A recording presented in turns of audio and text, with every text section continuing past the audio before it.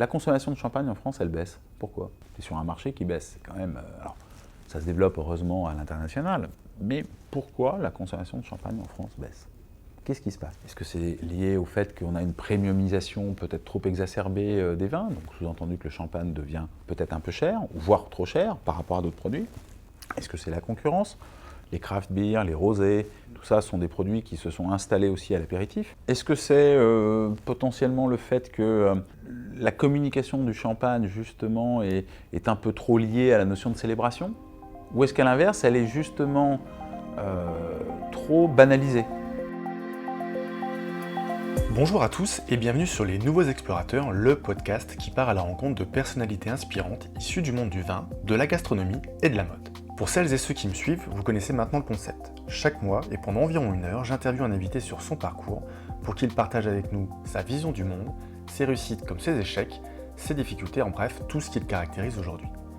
En plus d'être votre guide pour ce voyage, je suis également le fondateur de l'agence Discovery, l'agence de branding et coaching spécialisée en création et développement d'identité de marque food, drink et lifestyle. Si vous voulez me contacter, je vous invite à le faire sur bonjour@agencediscovery.fr, sur mon profil LinkedIn, sur le site internet agencediscovery.fr. Pour ce nouvel épisode, j'ai le plaisir de rencontrer Franck Coste, PDG des marques de champagne Chanoine Frères et Tsarine.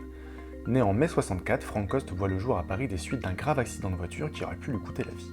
C'est peut-être l'une des raisons qui explique pourquoi ce grand prématuré a toujours été si combatif depuis son plus jeune âge. C'est vraiment un état d'esprit qui lui colle toujours à la peau et qui le guide au quotidien. Avec Franck Coste, on a parlé d'une multitude de sujets. Son arrivée sur Terre lors de ce tragique accident à Paris, son expérience de sportif de haut niveau qui lui a forgé un mental à toute épreuve, ses réussites et ses échecs professionnels dans des milieux aussi divers que le jambon, le cigare, les céréales et aujourd'hui le monde du champagne. Et c'est vraiment sur ce dernier secteur que son analyse m'a particulièrement intéressé. Franck partage avec nous son analyse sur l'évolution des ventes de champagne en France et dans le monde, les pistes qu'il envisage pour le futur de l'appellation et de la viticulture, ses méthodes de coaching pour accompagner ses équipes et les aider à se dépasser, en quoi le storytelling de la maison Chanoine Frères est la pierre angulaire de la marque, bref, une mine de conseils que je vous invite à écouter dans ce nouvel épisode du podcast des Nouveaux Explorateurs. Pour que je puisse continuer à vous proposer de nouvelles interviews et pour soutenir le podcast, je vous invite à vous abonner à la chaîne YouTube en cliquant sur le bouton s'abonner et à me laisser un like et un commentaire pour me dire ce qui vous a plu dans l'interview. Je vous laisse tout de suite avec notre invité et je vous souhaite une bonne écoute. Donc bonjour Franck, merci de nous recevoir aujourd'hui au Champagne Chanoine. Bonjour. Je vais commencer directement, ce que je t'ai un petit peu présenté dans l'introduction. Je voudrais parler un petit peu de ton enfance pour que les gens puissent bien comprendre pourquoi tu en es arrivé là et un petit peu ton parcours. Vraiment avoir le côté enfance et surtout cette dimension très sportive que tu as eue dans ton parcours. Tu me corriges s'il y a besoin, mais 64 années de naissance à Paris, un père français, une mère d'origine allemande. Tout à fait. Tu grandis jusqu'à tes 12 ans en Allemagne. Et à 12 ans, vous retournez en France. Voilà. Et tu avais grandi à l'époque, alors tu m'as donné le nom juste avant. À Sternberg am See, voilà, au sud de Munich, qui avait la grande particularité, et qui l'a toujours d'ailleurs, d'être à 45 minutes des premières stations de ski allemandes, et notamment la plus célèbre d'entre elles, Garmisch-Partenkirchen. Et en tant qu'enfant, voilà, à 40 minutes de ce genre de station, on se met sur les planches, on découvre les joies de la glisse et du ski. Et puis pour moi, de ce plaisir, c'est devenu plus que ça, parce que c'est devenu une passion. Et donc, tout naturellement, on apprend à skier, on apprend à skier bien, à skier vite. Et puis en 1976, comme tu l'as raconté, voilà, impatriation à nouveau en France. Je ne parle pas un mot de français à ce moment-là. Et je dois laisser évidemment mes amis, mes copains, et je dois surtout laisser ma passion, le ski, puisqu'en arrivant à Paris, j'ai bien cherché les montagnes, mais je ne les ai pas trouvées. Et à ce moment-là, mes parents, pour me faire passer un peu justement quelque part la douleur et l'insatisfaction de l'impatriation, me disent « T'inquiète pas, tu continueras à skier ». Bon, et effectivement, ils ont tenu parole, puisqu'ils m'ont inscrit au ski club de Courchevel de l'époque, alors qu'il n'était pas le Courchevel d'aujourd'hui, hein, d'accord, c'était bon. Et j'ai fait les trains de nuit. J'ai fait les trains de nuit pendant toutes les saisons pour assouvir ma passion et puis faire les premières compétitions départementales, régionales, puis nationales, et puis au fur et à mesure, effectivement, rentrer dans le pôle espoir. Voilà, qui était une façon de commencer à programmer les gamins pour, à l'époque, faire les Jeux Olympiques de 1984, que je n'ai pas fait, mais on était un peu programmé pour ça, quoi. Donc c'était une enfance entre deux mondes, parce qu'entre les deux, il fallait apprendre une langue que je ne connaissais pas. puisque pour des raisons un peu bizarres, mais je suis né en France, mais je suis né par accident, lors d'un accident de voiture. Mon père avait décidé de faire découvrir Paris au mois de mai à ma maman allemande. Je devais naître au mois d'août. Et en fait, ils prennent un train, ils arrivent à la gare de l'Est, ils prennent un taxi, qui est un accident plus que mortel, il y a 2 morts, c'est une vraie boucherie. Et ma maman est dans un état catastrophique, est amenée à l'hôpital Saint-Vincent-de-Paul le 1er mai 1964, et on lui dit très honnêtement que ça va être soit l'enfant, soit elle. Donc à ce moment-là, tu imagines bien le genre de décisions qui peuvent être prises. Je devais naître au mois d'août, donc je ne suis pas terminé. C'est pour ça qu'il y a encore des traces. Et voilà. Et, bon, il y a une sage-femme, une infirmière qui à un moment dit on va peut-être essayer de sauver le bébé et la maman. Et je suis né dans ces conditions-là. Donc je suis resté 3 mois en couveuse avant de repartir effectivement en Allemagne et faire toute mon enfance là-bas. Avec certainement ce qui explique que le fait que mon papa me parlait français mais que je pleurais constamment, c'est que je pense que même en intra-utérin, les premiers mots que j'ai dû entendre dans ma vie étaient des mots français, mais dans des conditions un peu dramatiques. Donc il y a dû avoir une sorte de blocage psychologique qui a un peu inquiété mes parents, mais les psys de l'époque leur ont dit « vous inquiétez pas, ça lui passera ». Et effectivement, ça m'a passé, mais j'arrive donc à l'été de 1976 et je ne parle pas un mot de français. Voilà. Et donc là, on est forcément confronté à une remise en cause sévère parce que vous n'avez plus de copains, le ski, tout est bouleversé. Et donc, voilà, erase, et on repart de zéro avec une langue bizarroïde, très compliquée à apprendre parce que j'entends beaucoup de Français, d'amis qui me disent « mais l'allemand c'est compliqué ». Non, non, en allemand on a des règles. Il y a quelques exceptions, alors qu'en français, c'est totalement l'inverse. Voilà. Donc, mais je pense que voilà, assez rapidement, je suis devenu beaucoup plus français que allemand. Ne serait-ce que parce que j'ai tout de suite aimé le fromage et un peu plus tard, le vin. Voilà. Donc, une adolescence qui se passe bien. J'ai la chance de ne pas avoir besoin de beaucoup travailler à l'école pour avoir de très bons résultats. J'ai 2 ans d'avance, ce qui me permet de laisser du temps à vivre ma passion, donc du ski. Et donc de faire les trains de nuit pratiquement du mois de novembre jusqu'au mois d'avril pour faire les compétitions. Et puis, et comme je dis souvent, mon premier métier, ça a été moniteur de ski, puisqu'à l'époque, lorsqu'on était en Pôle Espoir, on passait obligatoirement son monitorat. Et chose que j'ai faite d'ailleurs, une fois que j'ai après quitté le monde de la compétition, dans les stages d'école de commerce, j'ai fait une saison au Club Méditerranée l'hiver comme moniteur de ski. Ça m'a beaucoup appris. C'est vrai que je me demandais, que je trouve aussi fascinant, c'est que tu as 12 ans, tu reviens en France, pas la langue, et tu pars quand même tous les week-ends faire des heures et des heures de train, loin de la famille. C'est quoi la mentalité de l'époque? Parce que la plupart des enfants voudraient avoir une vie un peu beaucoup plus… En fait, je pense qu'avec le recul, c'était la seule chose sur laquelle j'étais à peu près sûr de moi, c'est le ski. Je connaissais mon niveau, voilà, et quand on skie, on n'a pas besoin de parler, donc ça m'aidait beaucoup. Alors on a besoin de comprendre un peu les instructions, mais ça va assez vite quand même. Et en fait, mon premier lien social, il s'est créé plutôt avec mes camarades de jeu, mes camarades de ski, mes entraîneurs, la préparation psychologique, tout ce que j'ai pu vivre de 14 à pratiquement 17 ans, ça a été d'une richesse phénoménale, y compris dans la suite de ma carrière professionnelle. Parce que quand à 14 ans, tu es confronté d'abord à une forme de déracinement, ce que tu mentionnais, mais surtout, et c'est là où est le sport de haut niveau très intéressant, à une nécessité de visionner. Visionner, c'est de dire, ok, on vous prend maintenant, on vous prépare pour gagner telle course ou aller aux Jeux Olympiques. Donc, une capacité à se projeter. Bon, ensuite, tu construis ta roadmap, pour reprendre des termes de consultant. Pour arriver là, qu'est-ce qu'il faut faire? Quelles sont les étapes? Où est-ce qu'il faut que j'arrive? Quels sont les efforts qu'il faut consentir?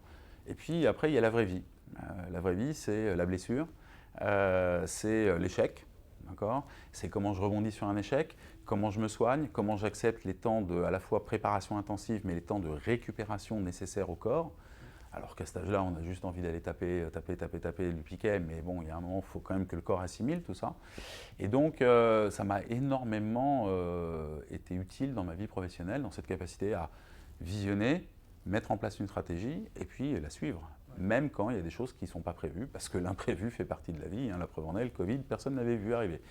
Et donc ça amène assez rapidement une capacité d'agilité, sans oublier l'objectif final, être capable de dire « ok, ma préparation, je vais la modifier un petit peu comme ça ». Et puis, j'ai eu la chance d'être très bien accompagné à l'époque, avec y compris des préparateurs physiques, mais aussi des préparateurs psychologiques. voilà, qui sont capables de prendre un athlète et voilà, qui est tombé, qui s'est fracturé quelque chose ou qui a échoué, et comment on rebondit. Donc d'être confronté assez rapidement à ces notions de coaching, là aussi, qui m'ont beaucoup marqué et, dans ma vie professionnelle, et que, à ma façon, je ne suis pas entraîneur de ski, mais je suis entraîneur d'équipe quand même. J'essaye à la fois de copier, mais évidemment les temps ont changé, les générations ont changé, les moyens ont changé, donc plutôt d'être constamment en réadaptation, mais en réadaptation en ayant au souci toujours à la fois une forme de performance collective, mais une performance individuelle. Et j'ai du mal à dissocier les deux, parce que même si on considère que le ski est un sport individuel, si tu n'as pas le préparateur physique, si tu n'as pas le préparateur du matériel, si tu n'as pas l'entraîneur, si tu n'as même pas tes petits copains à côté qui te tirent la bourre pour aller plus vite, tu ne fais pas grand-chose. Ça, justement, tout ça, ça t'a préparé après à faire ton école, alors que je te dise, bon, c'est l'école Haute École de Commerce Extérieur. Exact. Tu fais cette école-là et à l'âge de 28 ans, tu te retrouves à intégrer la société Seita, qui est un fabricant français de tabac.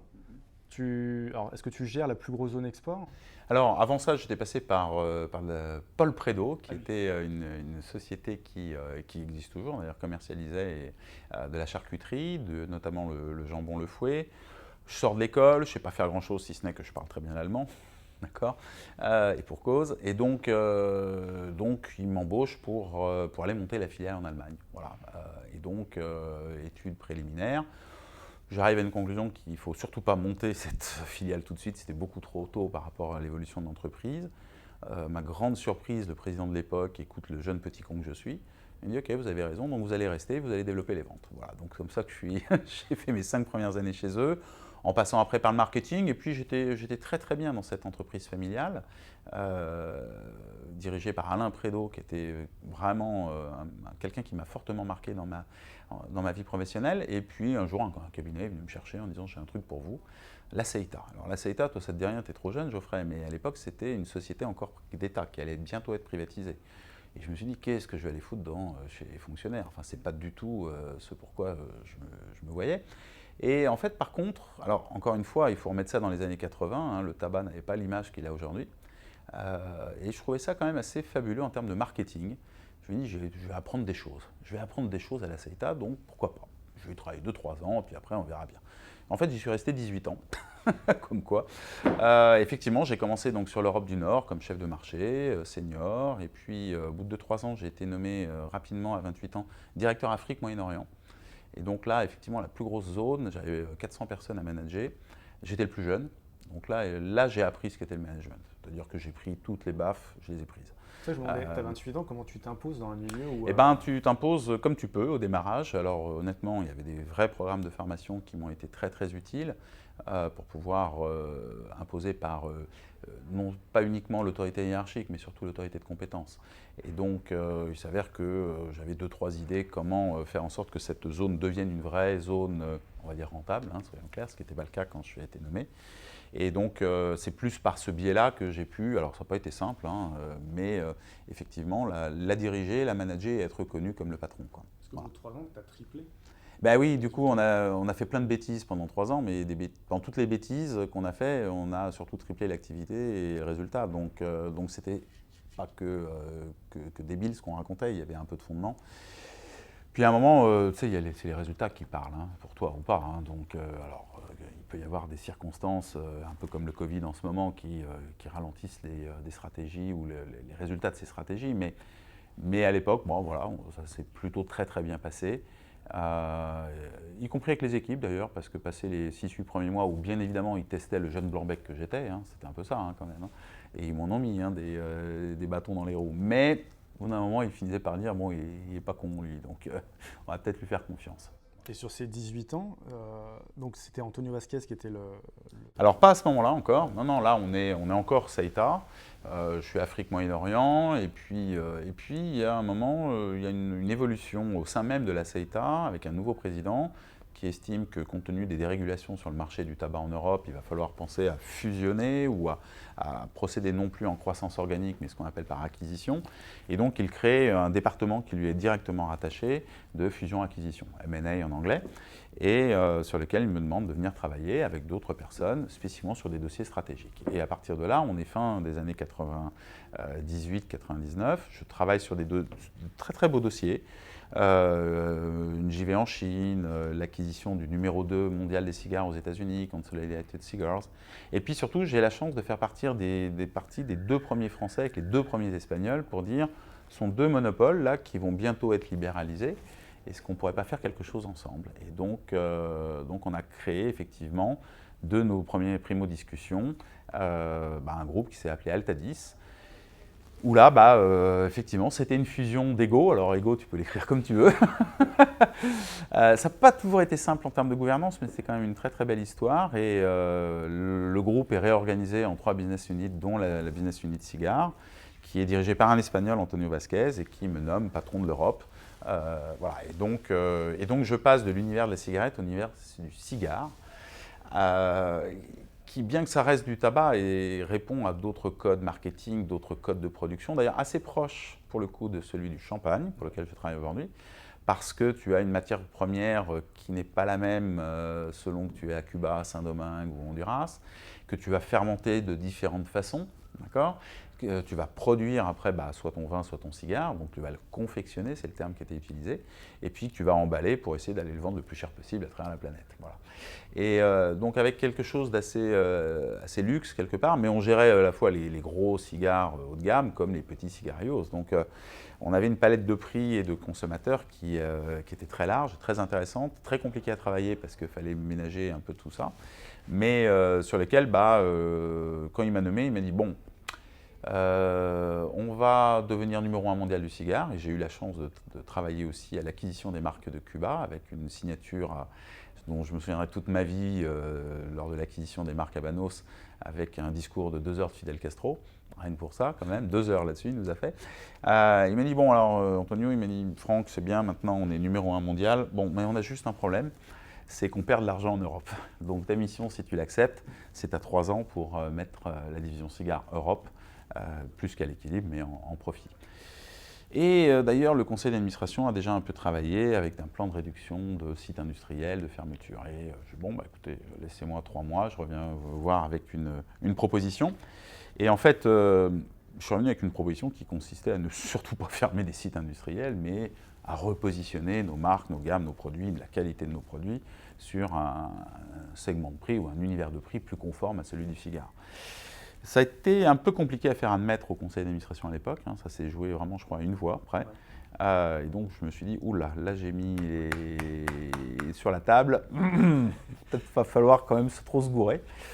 J'ai réussi à fédérer les syndicalistes de l'époque, parce que la CETA était très syndicalisée, les Espagnols et tout, et assez rapidement, en 3 ans, on est non seulement sorti du rouge, mais on est devenu la BU la plus rentable du groupe, quoi. Alors c'était quoi ta stratégie à l'époque?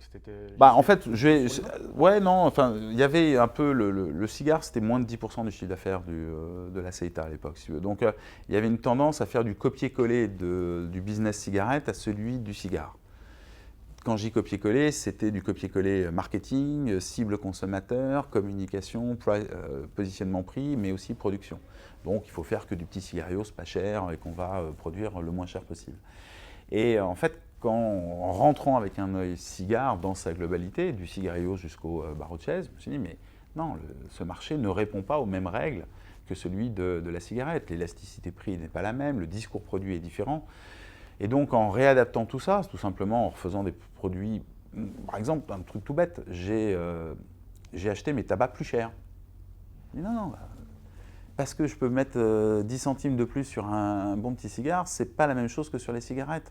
Donc ça sera apprécié. Enfin voilà, il y avait plein d'éléments plutôt qualitatifs, organoleptiques, ça peut paraître surprenant sur le cigare, mais ça existe, qu'il fallait mettre en musique de façon à pouvoir créer une valeur conforme à ce que le conseil d'administration m'avait demandé. Encore une réussite en tout cas sur cette partie-là. Ouais, là on ne s'est pas gouré, là on a plutôt bien cartonné. J'ai eu la chance aussi, alors là pour le coup, le président m'avait dit carte blanche pour faire vos équipes, donc là j'ai pu constituer mes équipes comme je le voulais. Ça a été une période assez euphorique parce qu'on ne s'interdisait rien. Alors on en a fait des bêtises, d'accord, on n'a pas eu que des succès. Mais au moins on essayait, on innovait, on testait des trucs, ça ne marche pas, c'est pas grave, on a appris. D'accord. Et donc on peut rebondir et donc on lançait des produits, des coms dans tout enfin vraiment c'était de la folie douce quoi. Et donc cette dynamique-là reste un grand moment. Et pour la petite histoire, c'est qu'il y avait un atelier à Morlaix qui devait fermer, que je n'avais donc pas fermé, que j'avais spécialisé sur des productions un peu très particulières. Et tu vois, je me souviens même plus le chiffre d'affaires qu'on faisait à l'époque, mais aujourd'hui, ce qui me reste, c'est que voilà, le 31 décembre ou le 3 janvier, je sais que j'ai encore des petits mots de ces salariés pour me souhaiter la bonne année, des gens voilà, qui auraient dû être virés, qui sont restés en poste parce qu'on avait changé la stratégie. Voilà. 18 ans dans cette société, Ouais. la situation évolue un petit peu, tu pars. Alors en fait, je suis très bien au cigare, c'est une vraie belle success story. Et puis il s'avère que 2 ans auparavant, l'Altadis, donc ce nouveau groupe, s'est porté acquéreur du monopole des tabacs au Maroc. On a envoyé une première équipe d'expats pour voilà, prendre un peu la température. D'aucuns pourraient dire même faire un peu le ménage, soyons clairs. Sauf que dans les discussions avec les syndicats, il s'est passé une chose à l'été 2005. C'est que, du coup, grève générale. Et grève générale du monopole des tabacs au Maroc, il se passe 3 choses. Le DG a un appel du roi, direct, en disant « Elles sont où mes Marlboro ?» 2, tu as le ministre des Finances qui appelle en disant « Les rentrées fiscales, elles sont où ?» C'était quand même 3% du budget de l'État, donc c'est loin d'être négligeable. Et puis accessoirement, tu as le groupe qui dit on l'a payé très cher, le monopole, donc ça serait bien que l'EBITDA en fin d'année soit à peu près à ce niveau-là. » Bon. En gros, on m'a demandé de descendre un peu en catastrophe en tout janvier 2006 pour faire en sorte que ces 3 problèmes soient résolus le plus vite possible. Et donc, voilà, j'ai accepté la mission. On est parti s'expatrier avec femme et enfants. Les premiers mois, je suis parti seul pour prendre mesure un peu de l'environnement et de voir ce qu'on pouvait faire. Voilà. Assez rapidement, j'ai compris ce qu'il fallait faire. Donc, après, c'était une capacité à mettre en musique assez vite. Et puis, j'ai eu la chance, moi j'ai la chance d'apprendre les langues assez rapidement, donc j'ai appris l'arabe assez rapidement aussi. En même temps. Oui. Un peu de temps En 3 mois. D'accord. Bon, voilà, tu sais, la langue la plus difficile, c'est la première à apprendre. Pour moi, c'était l'allemand. La deuxième plus difficile, ça a été le français, parce que c'est compliqué. Après, un peu d'anglais, après l'espagnol, un peu d'italien. Donc, en fait, l'arabe est venu assez rapidement, quand même. Assez rapidement. Puis, j'ai cette chance d'avoir une mémoire photographique où voilà, pas besoin de passer des heures à apprendre mon vocabulaire. Bon. Donc, et ça m'a quand même permis d'aller comprendre exactement l'état d'esprit et la culture de l'entreprise. Il y avait quand même près de 2000 personnes. Et parce que je pense qu'une langue, c'est le reflet d'une structure mentale. Et bien que professionnellement, je n'avais pas besoin de parler l'arabe, puisque au Maroc, pratiquement tout le monde parle français. Ouais, mais ils ne parlent pas tout à fait le français comme nous. Voilà. Quand je dis ça, ce n'est pas qu'ils le parlent moins bien, c'est qu'ils le parlent différemment. Parce que le cerveau, dès la naissance, a été structuré d'une certaine façon. Et donc comprendre comment une langue fonctionne, que ce soit l'allemand, l'italien, l'espagnol ou l'arabe, ça donne des pistes de lecture, même quand on parle en français. Et ça m'a permis d'aller, notamment avec les discussions avec les syndicats, d'aller comprendre des choses dans la subtilité culturelle locale, pour éviter d'aller dans le mur ou pour trouver des bonnes solutions et d'emmener tout le monde. Là, j'ai eu la chance de pouvoir emmener tout le monde sur le projet d'entreprise que j'avais mis en place, qui en français, alors ça ne voulait pas dire grand-chose, c'était notre développement, notre avenir, mais en arabe, il y avait une vraie, presque poésie dans ce projet d'entreprise, et qui a permis de fédérer la quasi-totalité des collaborateurs. Et parce que j'avais compris que les Marocains n'étaient pas forcément des structures très organisées, mais par contre, ce sont des gens très engagés. Donc à un moment, leur dire le business plan, dans 5 ans, on sera là, non, oublie. Par contre, tiens, demain matin, il faut faire ça. Ils étaient capables de faire des miracles. Et je me souviens d'un sujet où on avait une très belle usine à Ain Arouda, près de Casablanca, mais sur les 30 usines du groupe, on devait être 30 sur tous les critères. Donc, et on se demandait pourquoi. Et en fait, au fur et à mesure, par proximité, par capacité à les challenger, mais aussi de temps en temps aller moi-même dans l'usine à parler en arabe en disant les gars, on se fait avoir par les Polonais, quoi. D'accord, on avait des usines en Pologne. C'est comme si la Pologne elle venait mettre 3-0 au Maroc, accessoirement le match de foot qui devait avoir lieu le soir. Donc voilà, être capable de trouver le levier, jouer sur la fierté, jouer sur l'engagement, etc. Et au fur et à mesure, alors il y a des fois je me suis planté, mais au final ça a quand même plutôt bien fonctionné. Voilà. Et donc effectivement en 3 ans, on a fait plein de choses. On On a développé les gammes, on a amélioré la qualité, on a développé des activités qui n'existaient pas en utilisant notre actif qui était quand même 20 000 comptes clients au Maroc. Tout bêtement, on est devenu le premier distributeur de cartes téléphoniques à l'époque. Voilà. C'est surprenant, mais bah oui, j'avais les infrastructures, j'avais des coffres-forts, j'avais des gens. Carte téléphonique, ça pèse ça coûte très cher, comme le tabac.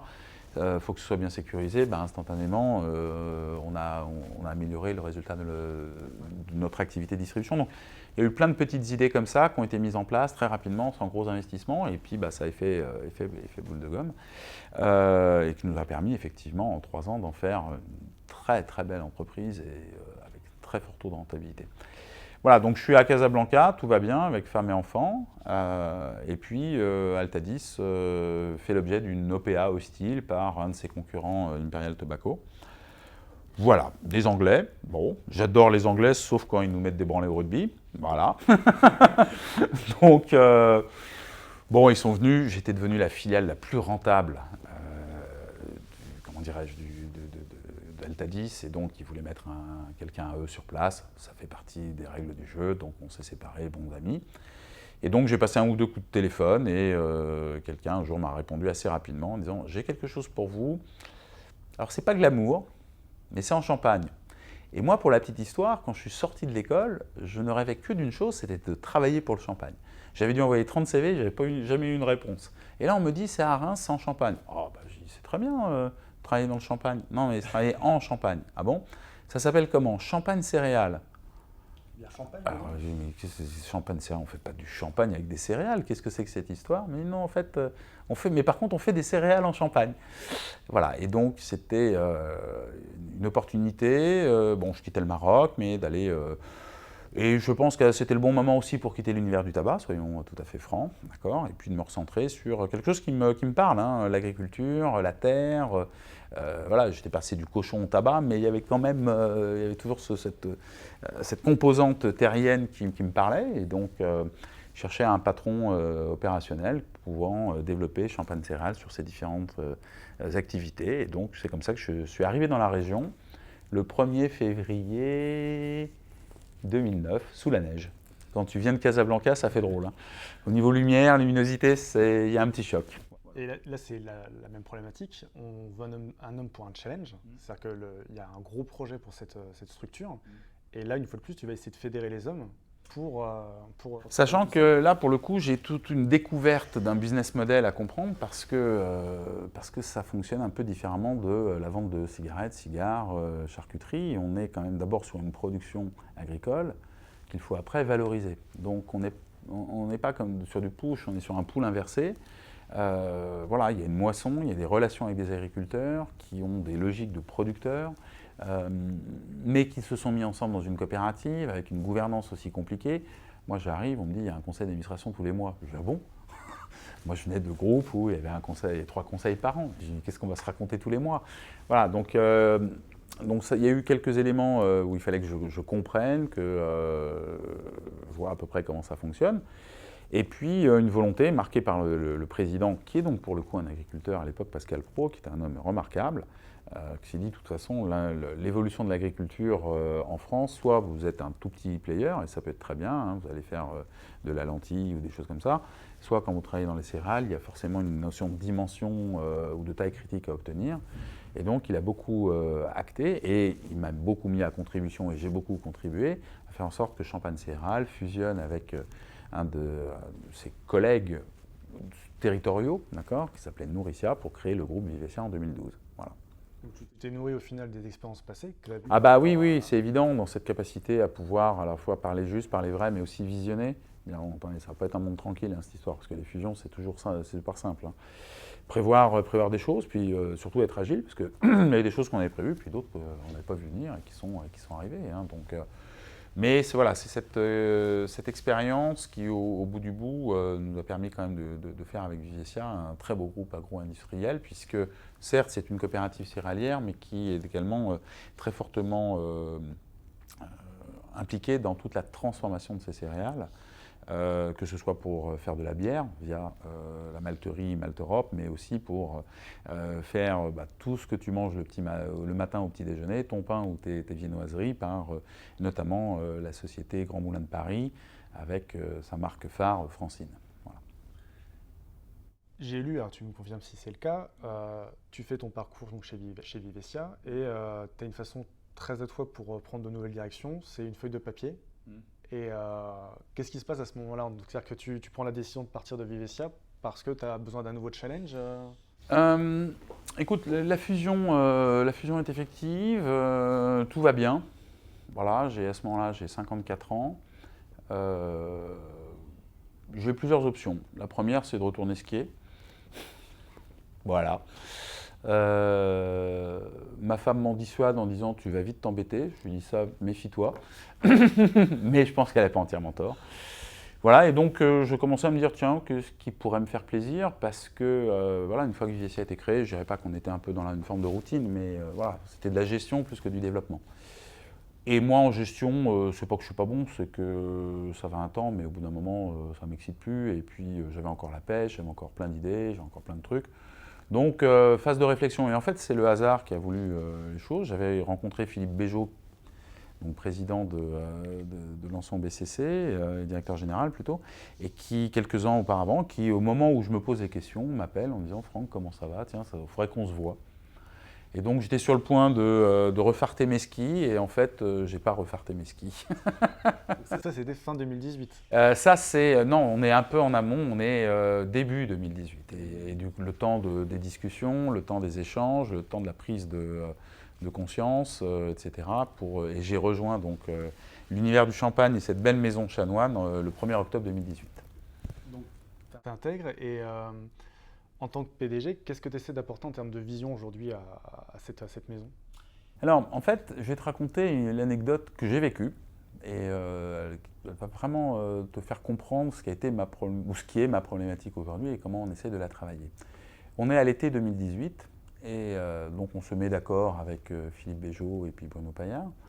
Et il s'avère que je suis en vacances, donc c'est par téléphone, hein, je suis en vacances encore chez des amis. Puis pour fêter ça, ils m'avaient vendu de Tsarine, que je connaissais, hein, mais comme c'était effectivement la marque en très forte progression, etc. Donc je vais acheter une bouteille de Tsarine chez un caviste pour apporter ça chez mon ami chez qui on déjeunait. Et en prenant la bouteille, je prends conscience qu'il y a marqué Chanoine Frères 1730. Ah, je vais être honnête, je n'en avais pas entendu parler. Et donc, qu'est-ce que je fais? Je fais comme tous les jeunes, je google et je tombe effectivement sur quelques informations, mais il n'y avait pas grand-chose quand même. Tel point que je me dis, c'est quand même bête, il faudrait presque enlever Chanoine de l'étiquette Tsarine, parce que s'il n'y en a que ça à dire, c'est presque faire de la contre-publicité. Et en fait, mon réseau international me dit, mais non, attention, là, Tsarine, pour toi, c'est du champagne, mais quand tu vois ça de Dubaï ou quand tu vois ça de Sydney, ça ressemble à du vin russe pétillant. Quelle horreur, quel affront. Et là, je prends conscience que, voilà, on peut faire des belles bouteilles, on peut faire des belles cuvées, mais le champagne, c'est une histoire. D'accord ? Et donc, c'était normal qu'il y ait marqué Chanoine Frères 1730. Le seul problème, c'est qu'il n'y avait pas grand-chose de visible. Donc, une de mes premières décisions, c'était d'embaucher une historienne pour me mettre à jour tout ce qui s'était passé depuis 1730 jusqu'à nos jours et découvrir, du coup, une histoire très, très, très riche et quasi co-substantielle à celle du champagne. Pierre Chanoine a été le premier, par exemple, à avoir l'autorisation royale de l'époque de creuser des caves à Épernay pour stocker les bouteilles. Le sous-sol appartenait à l'État, donc il te fallait un décret signé de Louis XV. On l'a retrouvé. Et au fur et à mesure, voilà, de fil en aiguille, on a retrouvé une histoire très très riche. Et donc, un des enjeux qui est le mien, c'est de repositionner cette maison, voilà, de là où elle n'aurait jamais dû quitter. Bon, après, il y a une histoire, il y a un XXe siècle compliqué, etc., mais sur lesquels les fondements même nous donnent le privilège et le droit de revendiquer d'être une grande maison, avec une cuvée particulière qui est celle Tsarine. Voilà. Qui, pour la petite histoire, a été lancée en 1995 pour rendre hommage aux premières bouteilles que Pierre Chanoine a vendues en 1740 à Catherine II de Russie, tsarine de toutes les tsarines. Donc, si je comprends bien, le storytelling qui est vraiment important au final pour la construction de la marque. La question que je me posais aujourd'hui, c'est Comme tu le dis, la communication évolue très vite, les attentes des consommateurs évoluent très vite. Comment aujourd'hui une maison de champagne comme Chanoine doit communiquer? Sur quoi on doit attirer le consommateur aujourd'hui pour une grande maison au-delà du storytelling ou avec le storytelling? Bah, je pense que, je ne sais pas s'il y a une seule réponse à ça. Je pense que ça, d'abord, tu peux communiquer ce que tu es. Okay, donc, pour moi, il était déjà important de comprendre ce qu'était Chanoine et ce qu'était Tsarine, au sens de la réalité produit, de la réalité de la marque, de son histoire, etc. Ensuite, ça, tu ne peux pas l'inventer. Ça existe ou ça n'existe pas. On peut éventuellement inventer l'histoire future, d'accord, mais pas l'histoire. Et je pense que derrière le champagne, moi, je suis très attaché au fait que, et c'est presque le slogan de la maison, c'est on vient de loin, on voit loin et on va loin. C'est-à-dire que c'est une maison, elle a 260 ans, d'accord, presque 290 ans, pardon, que dis-je. On est de passage, d'accord, elle sera encore là dans des décennies, dans des siècles. Donc, prendre la mesure de cette maison, mais aussi de celle de l'histoire du champagne, est pour moi un prérequis important. Tu ne peux pas faire n'importe quoi avec du champagne. Voilà, c'est une histoire, ce sont des décennies, des siècles de travail pour construire une filière qui est extraordinaire, extraordinaire. Voilà, nos amis vignerons ont souffert du gel cette année, mais quelque part, grâce au vin de réserve d'une part, grâce à l'appellation du rendement, ils vont nettement moins souffrir que d'autres régions viticoles. Donc il y a vraiment une logique qui dépasse, je dirais, un peu l'histoire des maisons. Donc ça, le respect de l'histoire, c'est quelque chose d'important. Et puis il y a la grande histoire et la petite histoire, d'accord. Si un jour on a un peu plus de temps, je te raconterai la petite histoire de Pierre Chanoine, qui est juste absolument extraordinaire, et comment il en est arrivé effectivement à Tsarine. Donc ça, c'est des choses. Et puis après, effectivement, derrière la maison, elle a des choses à dire. Et puis, sa cuvée de Tsarine a d'autres choses à dire, d'accord, qui est potentiellement plus frivole. Je ne sais pas ce qu'ils avaient fumé ce jour-là quand ils ont fait la bouteille tordue, mais c'est juste c'est devenu iconique. C'était à l'époque, en 1995, une forme d'état d'esprit transgénérationnel depuis deux siècles et demi, alors qu'il y avait eu quand même des ruptures dans la transmission au moins sanguine. Et pour autant, cet état d'esprit derrière Chanoine et Tsarine perdure, c'est-à-dire qu'on est capable d'aller faire des choses là où on ne nous attend pas. Voilà. Donc c'était en 1995 cette bouteille tordue qui s'appelle Tsarine, qui fait tout sauf champagne. Oui, mais il y a une raison, il y a une histoire. Et donc derrière tout ça, c'est clair que derrière Chanoine, nous allons communiquer d'une certaine façon, et derrière Tsarine, on peut communiquer d'autres choses. On peut aller jouer sur des évolutions liées à la communication, au marketing, utiliser bien évidemment beaucoup tous les nouveaux médias que sont les réseaux sociaux, de façon plus ou moins frivole, plus ou moins flashy, plus ou moins attirante à l'œil, eye-catching. Et pour le coup, Tsarine est très eye-catching. Pour autant, il ne faut pas oublier les fondamentaux, des qualités de vin exceptionnelles, des premières chefs de cave féminines depuis plus de 20 ans, qui est une magicienne des vins. Voilà, donc il y a des fondamentaux de vin, il y a des fondamentaux de culture. Bon. Et ça, il faut jamais l'oublier, sinon on fait du fake, on fait du faux.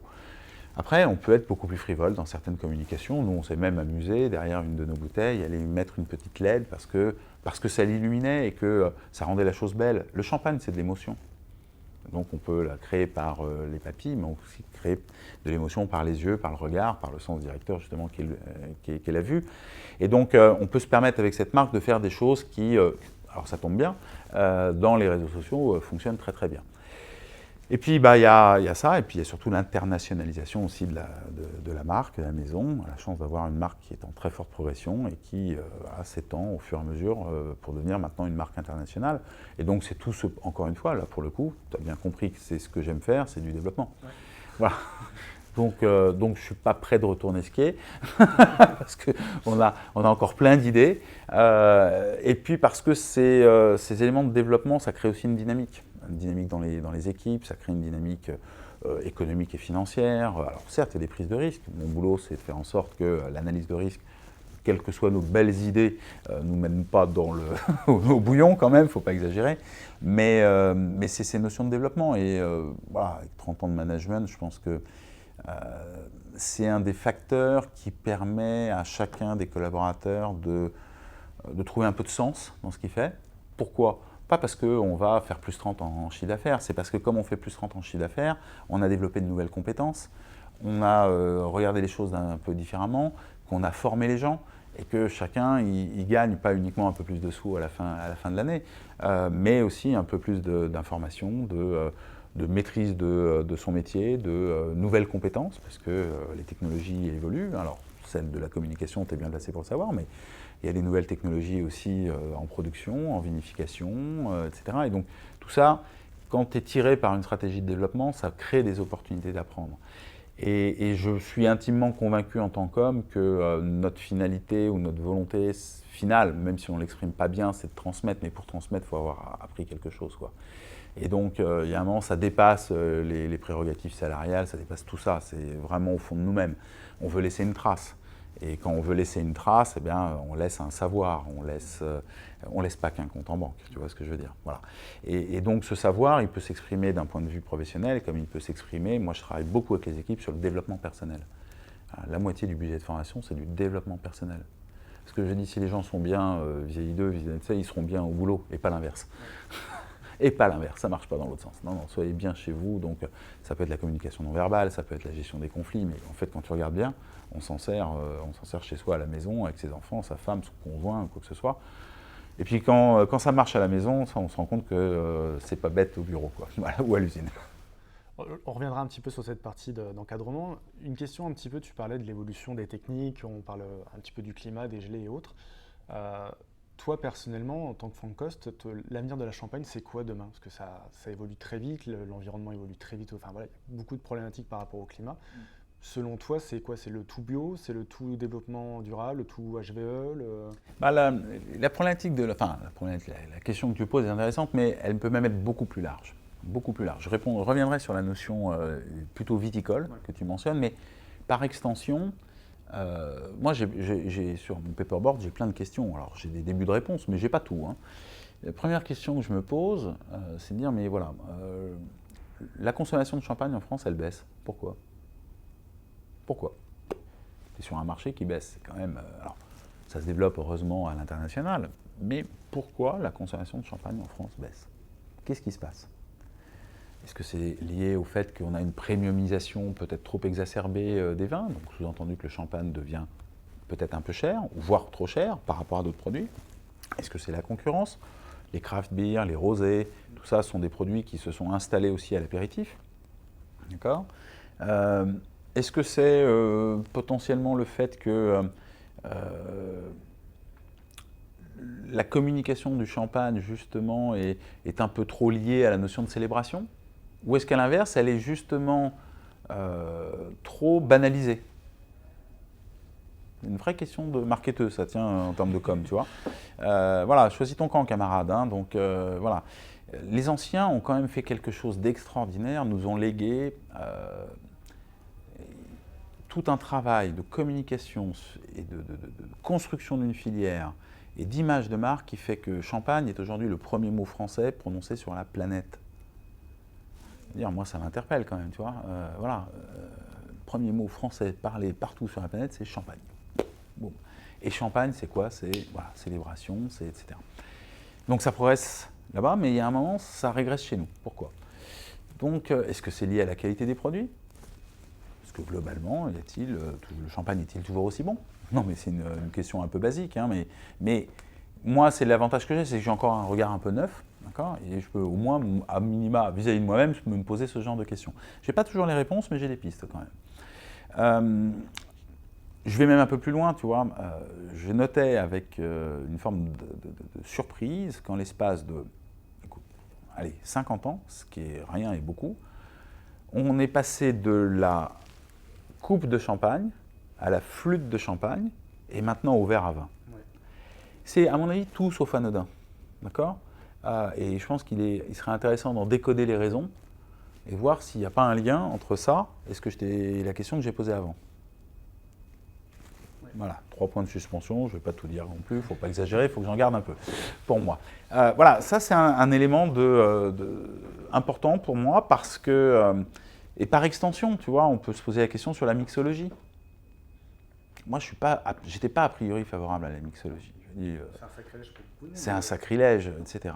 Et il s'avère que j'ai rencontré un très grand dégustateur, très grand connaisseur de vin, dont je tairai le nom, et qui me dit, mais regarde un peu l'histoire de Château Yquem, que je ne connaissais pas. Et regarde bien comment, à un moment, ils ont fait décoller non seulement leur marque, mais les liquoreux. Et ben, ça remonte à très longtemps, mais ils sont passés par la mixologie. Et putain, pour que Château Yquem passe en mixologie, il faut que je comprenne, quoi. Bon, je ne te dirai pas tout ce que j'ai compris, mais juste pour dire que le truc où j'étais complètement opposé, et tu vois, pourquoi? Tout bêtement. Nous, une de nos plus belles références en très forte progression, c'est le rosé. Le rosé, c'est quelque part un peu de mixologie, puisque tu mélanges du vin rouge, alors certes de l'appellation champagne, hein, bien évidemment, avec du vin blanc. Donc oui, mixologie, c'est pour aller mettre du champagne avec du jus d'orange. Là, je suis contre. Par contre, est-ce qu'on ne peut pas trouver une mixologie qui mette en valeur notre terroir, notre cépage, le travail des vignerons? Voilà, ça fait partie des post-it que je mets sur mon paper, voilà, entre autres. Et donc, pour revenir à ta question sur est-ce que toute la champagne doit être bio, etc., j'ai un avis un peu prudent sur le côté bio. Autant il est évident que la prise de conscience environnementale est nécessaire, tant pour la qualité des sols et leur capacité demain à continuer à faire des bons raisins, que parce que de toute façon, il y a une pression sociétale qui va imposer, et au milieu, à un moment, une législation qui vous dira c'est comme ci et puis comme ça. Bon. Donc il n'y a même pas de jugement à avoir là-dessus. Il y a simplement comment on accompagne, comment on accélère, comment on anticipe, et comment on peut efficacement travailler en la matière. Le bio a cette particularité, et ça je l'ai bien vu aussi dans les céréales, c'est qu'à grande échelle, à date, en fonction de nos connaissances, qu'elles soient agricoles ou viticoles, eh ben, c'est malheureusement pas durable. C'est-à-dire que tu prends 2-3 accidents climatiques une année, quand tu fais 0 de production, parce que tu es bio, hein, je ne sais pas parce que tu as pris la grêle.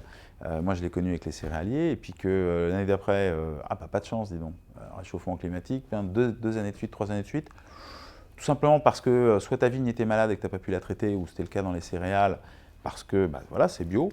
Une année ça va, 2 années, mais 3 années, tu finis par dire allez, stop, c'est bon. Voilà. Et donc, je pense que la vraie solution plutôt durable, c'est effectivement toutes les démarches d'HVE qui, là, font vraiment du sens. Parce que, je vois en Champagne, hein, tous les progrès qui ont été réalisés ont permis de mettre moins de produits et donc moins de chimie sur les sols, donc ça va plutôt dans le bon sens. Déjà pour le vigneron lui-même, hein, pour la qualité de son sol, hein, et sa durabilité quelque part. Et donc tout ça va, et on peut encore beaucoup progresser, d'accord? Donc là-dessus, je ne suis pas inquiet. Est-ce qu'on arrivera un jour, d'une façon durable, à ce que tout soit bio, c'est-à-dire en gros être capable de dire cette année, il n'y aura que 150 millions de bouteilles de champagne et pas 300, d'accord? Parce que cette année, désolé, mais il a plu juste avant les vendanges et que ça nous a mis des champignons ou des parasites partout et qu'on n'a pas pu traiter, donc voilà, le rendement est divisé par 2. Je suis à date, mais je ne suis pas forcément non plus un expert, mais je suis un peu sceptique.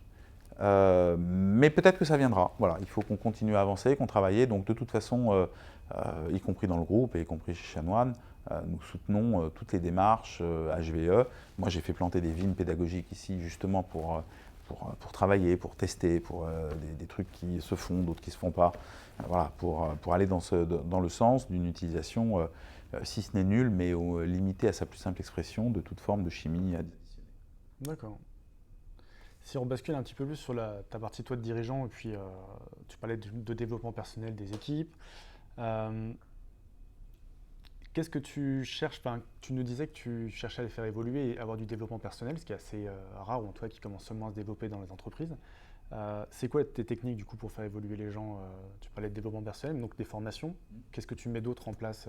Il y a d'abord une forme d'état d'esprit, c'est-à-dire que, alors c'est un peu surpris ici, mais moi je connais tous les collaborateurs par leur prénom. S'il faut, je descends dans les sites, je vais dire bonjour, enfin voilà, coucou. Donc c'est travailler un peu, pas travailler, j'aime pas le terme, mais c'est s'intéresser aux gens déjà. Et ça passe par moi en premier. Hein. Si moi je ne le fais pas, comment veux-tu que toute la chaîne de commandement le fasse? Et moi, la chance que j'ai, c'est que je n'ai pas besoin de me forcer pour ça. D'accord, c'est naturel.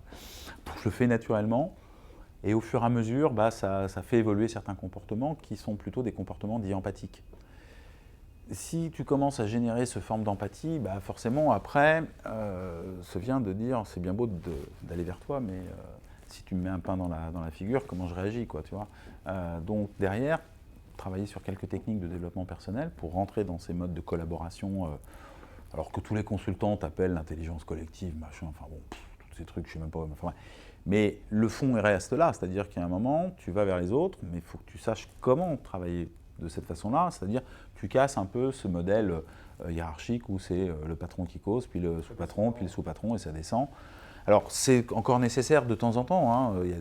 Dans les phénomènes d'urgence, c'est comme ça que travaille l'armée, l'ordre tombe, ça doit descendre, mais il est mieux accepté, il est occasionnel, et en fonctionnant différemment avec effectivement d'abord de la posture, puis après de la technique, où les gens sont formés à ça, on met en place, on met en place des synapses et on met nos cerveaux en réseau. Et forcément, Einstein t'expliquerait que l'innovation, ce n'est ni plus ni moins qu'une catégorisation et un rangement des idées, et puis après cette capacité, d'un point de vue cognitif, à les relier entre elles. Alors bon, ça me fait rire quand Einstein te dit ça, parce qu'il dit qu'il n'est pas plus intelligent que les autres, sauf que bon, il n'a peut-être pas tout à fait le même cerveau que toi et moi. Mais sur le fond, il a raison. Et donc, si déjà nous, on peut faire ça entre nous, bah forcément, on va aller additionner de la matière grise avec de la matière grise, on va les faire se causer d'une façon rationnelle, mais aussi intuitive. C'est ça qui est très intéressant dans le développement personnel et que j'avais appris en compétition. Hein.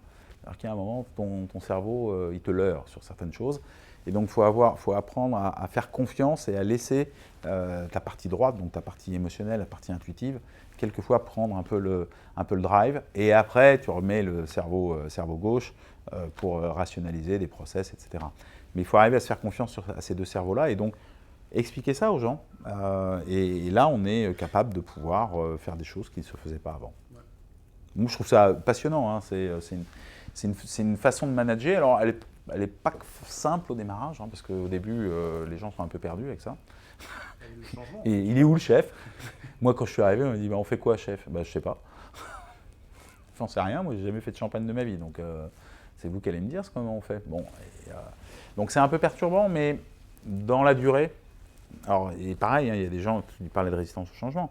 Il y en a qui rapidement disent putain, c'est génial son truc, et puis d'autres, oh là là là là. Bon, voilà. Donc, et là, la proximité joue un rôle important parce que tout le monde ne va pas à la même vitesse, parce que tout le monde n'a pas forcément la même vie non plus, hein, donc il faut prendre ça en compte. Et donc, moi, mon but, c'est que tout le monde ait envie d'être là et donne, tu sais, ce monsieur plus de Balzen là, qui donne le petit truc de plus, quoi. Voilà.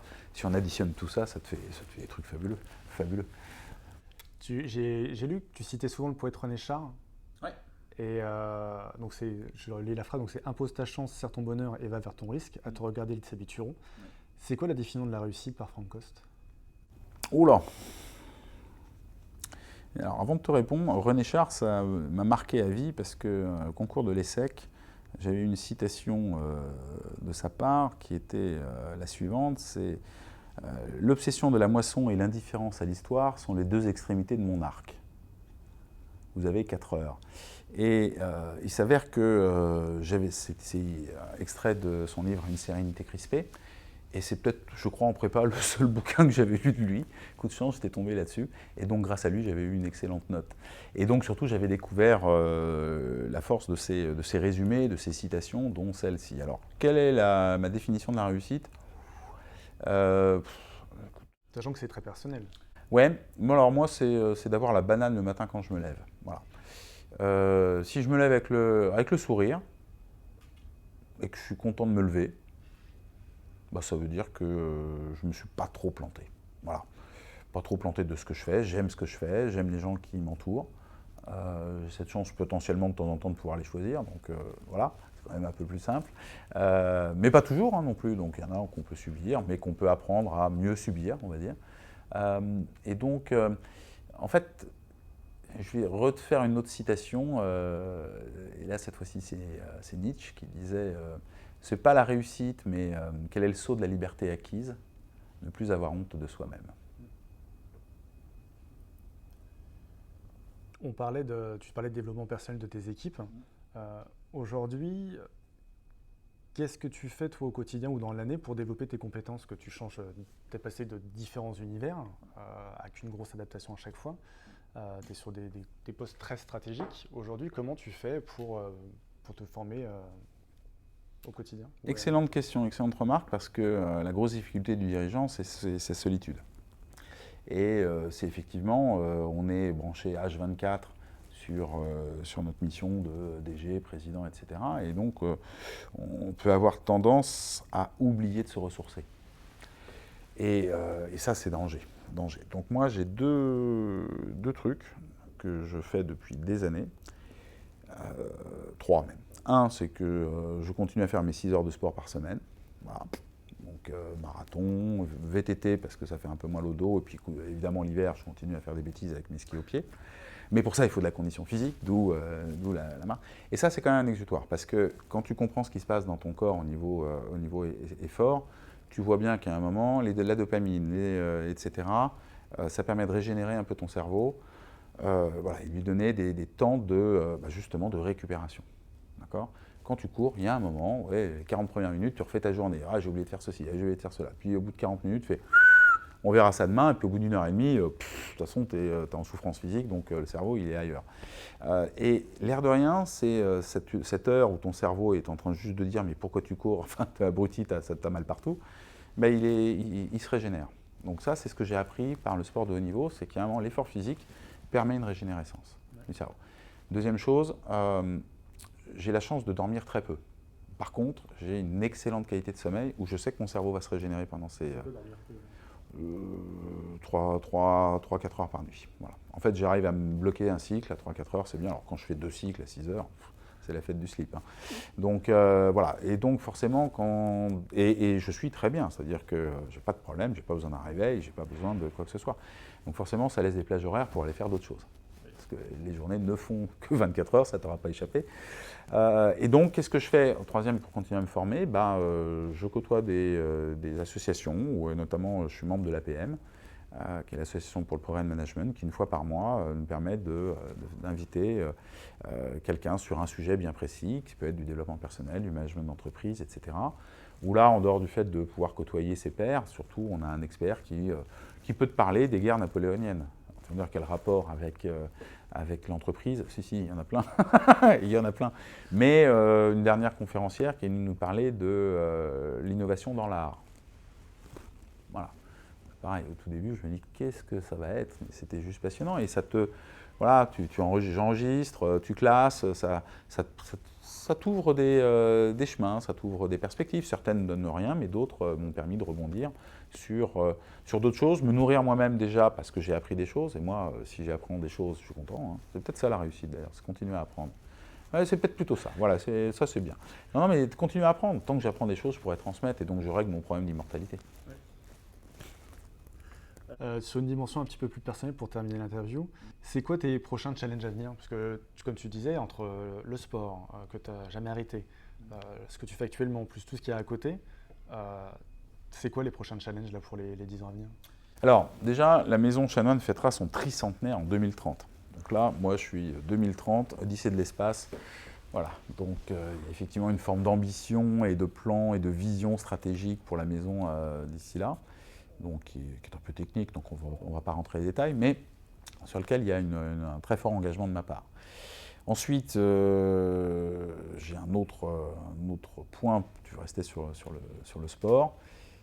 Un peu avant, c'est dès 2024, j'ai la chance d'avoir mon dossard pour faire le marathon de Paris aux Jeux Olympiques, et donc j'ai pas pu le faire quand j'étais skieur, quand j'étais gamin, donc je ferai les Jeux Olympiques en 2024 en tant que marathonien. Alors pas devant avec les Kenyans, hein, je te rassure, hein, bien derrière. Mais l'air de rien, ça veut dire qu'il faut que je me remette quand même à des entraînements assez sophistiqués, parce que certes, je l'avais couru en 3h03 il y a quelques années, mais enfin, j'en suis loin hein, aujourd'hui. Voilà. Et puis derrière, j'ai un projet qui me tient à cœur avec mon épouse, qu'on commence à concrétiser, d'une grande maison familiale près des montagnes, pour rien cacher près d'Annecy. Qui sera la maison qui nous, de famille, au sens où, comme on a été trimballés à droite à gauche, elle aussi, moi aussi, et qu'on a été expatriés, on n'a jusqu'à présent pas réussi, on a un appartement, etc. On vit, mais pas créer un lien familial. Et donc, c'est un enjeu pour les 10 ans qui viennent de créer ce lieu, cette maison de famille. Voilà. Dans laquelle à la fois nos enfants et potentiellement un jour nos petits-enfants auront plaisir à venir. Et dernière question. Est-ce que tu aurais en recommandation deux derniers livres là, qui t'auraient marqué dernièrement ou tout court qui t'auraient marqué, que tu pourrais recommander à celles et ceux qui écoutent? Alors, il y en a un que j'ai relu récemment, mais très récemment d'ailleurs, tu vois, c'est celui qui m'est en tête. J'ai relu Le Parfum de Patrick Suskind. Je l'avais lu, je pense qu'il y a, pour combien de temps il est sorti ce truc-là, il y a 15-20 ans, mais je l'avais lu en allemand à l'époque, et là je l'ai relu en français. Et j'ai pas du tout le même ressenti. Alors, je suis pas sûr que ce soit lié à la langue, mais peut-être plus que le fait que j'ai 20 ans de plus, quoi. Voilà, et que forcément, en étant dans le Champagne aujourd'hui, tout ce qui est odeur, arôme, etc., m'interpelle peut-être plus qu'à l'époque. Voilà, ça reste un livre extraordinaire, presque qu'on devrait faire lire des fois un peu à l'école, et pas uniquement certains auteurs comme Balzac. Alors, j'ai rien contre Balzac, mais je ne suis pas sûr que j'en ai gardé un très très bon souvenir. Voilà. C'est celui qui, instantanément, parce que les autres, c'est des polars qui n'étaient pas terribles, donc je les ai oubliés. Voilà. Mais celui-là, non, ça, pour ceux qui ne connaissent pas Le Parfum de Patrick Suskind, allez-y, c'est une merveille. Avant de se laisser, est-ce qu'il y aura un dernier mot à ajouter? Tu aimes bien le champagne, toi? Écoute, là, il faudra qu'on fasse une dégustation. Non, mais oui, je pense que d'abord, j'aime bien l'opportunité que tu m'as donnée de pouvoir m'exprimer. Au moins, c'est sans filtre. Voilà. C'est une approche qui est un peu originale, bon, mais dont je ne sais pas du tout ce que ça va donner une fois que je vais entendre ma voix. Donc, tu es gentil. On n'aime jamais sa voix. Voilà, mais non, et je pense que dans les temps qui sont un petit peu compliqués, là, post-Covid, et puis anté-Covid, et puis etc., je pense à une chose qui en a fait mon credo depuis peut-être tout petit même, hein, c'est si tout ne dépend pas de nous, tout part de nous. Voilà. Donc à un moment, on se prend en charge, on se prend en main, c'est dur, c'est compliqué, mais on peut arriver à se faciliter un peu la vie. Voilà. Merci à toi. Allez. J'espère que cet épisode des Nouveaux Explorateurs vous aura plu. Avant de vous quitter, quelques infos.